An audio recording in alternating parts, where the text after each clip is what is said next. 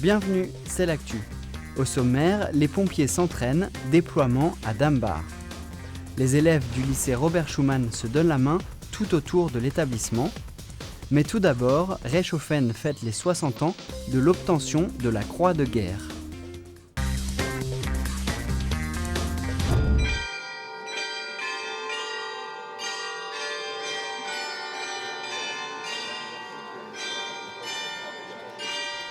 Invité exceptionnel lors de la traditionnelle cérémonie du 8 mai. Cette année, la dite invitée qui s'est glissée dans les rangs patriotiques, c'est elle, la Croix de guerre. Remise à la ville de Reichshoffen il y a exactement 60 ans et habituellement accrochée dans le bureau du maire, elle a eu droit à son heure de gloire en ce jour du 67e anniversaire de la victoire française.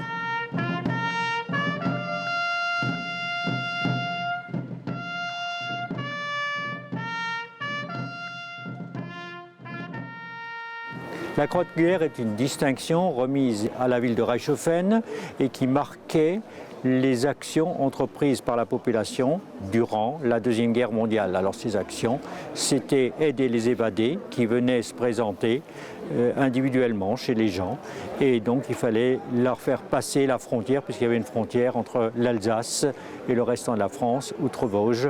Donc c'était quelque chose de très défendu et il fallait des passeurs et d'où le rôle de ces habitants. La Croix de guerre a été remise à la ville de Reichshoffen le 21 septembre 1952 par le maréchal Juin, au maire de l'époque, le comte Jean de Leusse. Une exposition de photos et d'articles de presse a suivi la cérémonie de ce 8 mai à la salle Cuirassier. Une exposition qui a demandé beaucoup de travail de recherche.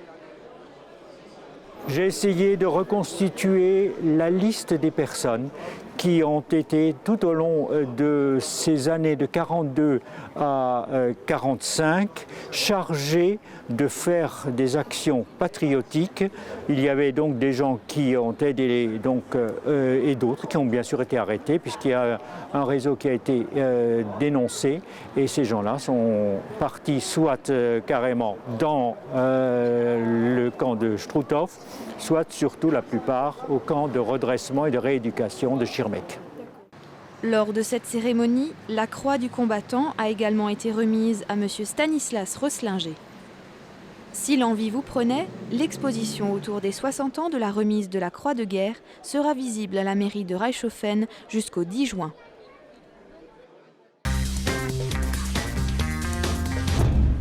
Lance à incendie, grande échelle et camion rouge.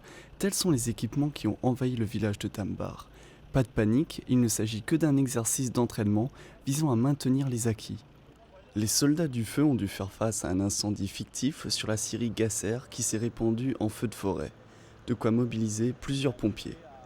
De mémoire, il y a à peu près 16 personnes qui ont été envoyées dans un premier temps avec donc la section locale et le centre de secours et a été rajouté donc le groupe d'intervention, 18 personnes pour le feu de forêt. Donc au total, un peu plus de 30 personnes qui s'exercent sur le site. Cet entraînement permet aux sapeurs-pompiers de voir leur progrès en passant de la théorie à la pratique. C'est un métier qui ne laisse pas de place à l'erreur et chaque intervention demande une concentration optimale de la part des hommes sur le terrain. Il y a de plus en plus d'interventions, c'est vrai. J'allais dire 2011, nous avions terminé avec pratiquement 950 interventions. Et donc cela, par contre, nous oblige à continuer encore plus la formation parce qu'effectivement, le travail sur le terrain, ça ne veut pas dire qu'on se bonifie, que la qualité reste là. Au contraire, ça rentre un peu dans le travail au quotidien. Et donc ça, c'est mortel pour tout travail, de le faire par réflexe, de croire savoir, continuer à travailler comme si de rien n'était. Une journée sans incident qui aura permis la collaboration des pompiers de Dambar et des alentours. Avec de tels hommes veillant sur eux, les habitants de Dambar peuvent dormir tranquilles. Monsieur, madame, tu le mets où?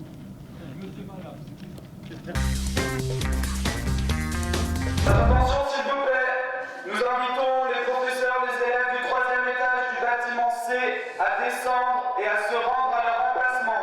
Merci. Organiser une chaîne humaine, c'est le défi relevé par les étudiants du CVL, le Conseil de la vie lycéenne. Une manifestation organisée dans le cadre du Mois de l'Autre. Le Mois de l'Autre est une opération régionale qui favorise le vivre ensemble.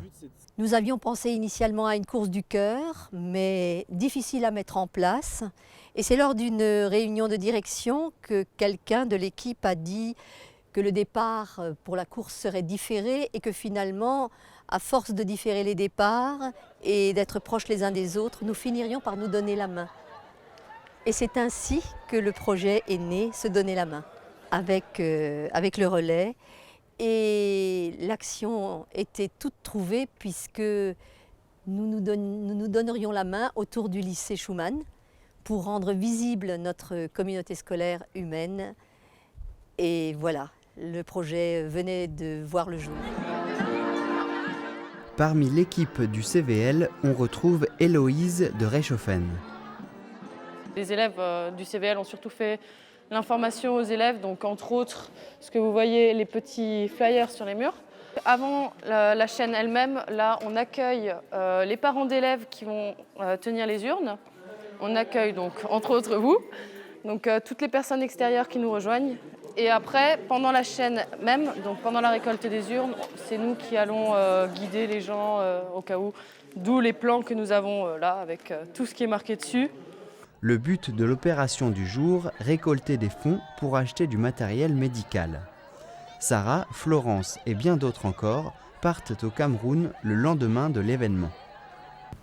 Et en fait, on va là-bas parce qu'il y a 2 infirmiers qui viennent d'Haguenau, qui sont partis là-bas il y a 2 ans maintenant pour une mission humanitaire. Et donc on va partir de Yaoundé, donc la capitale, et on va un peu faire le tour du pays pour les retrouver finalement à Pousse, donc dans leur village au nord.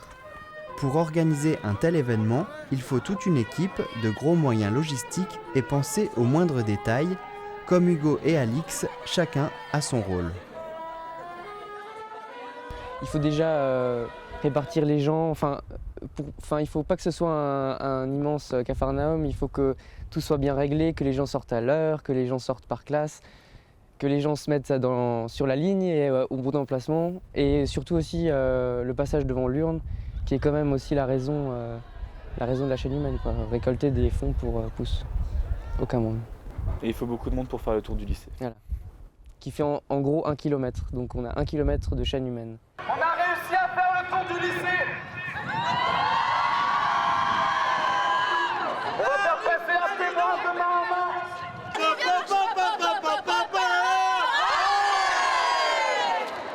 L'objectif était d'avoir 1 000 €, mais au final c'est le double.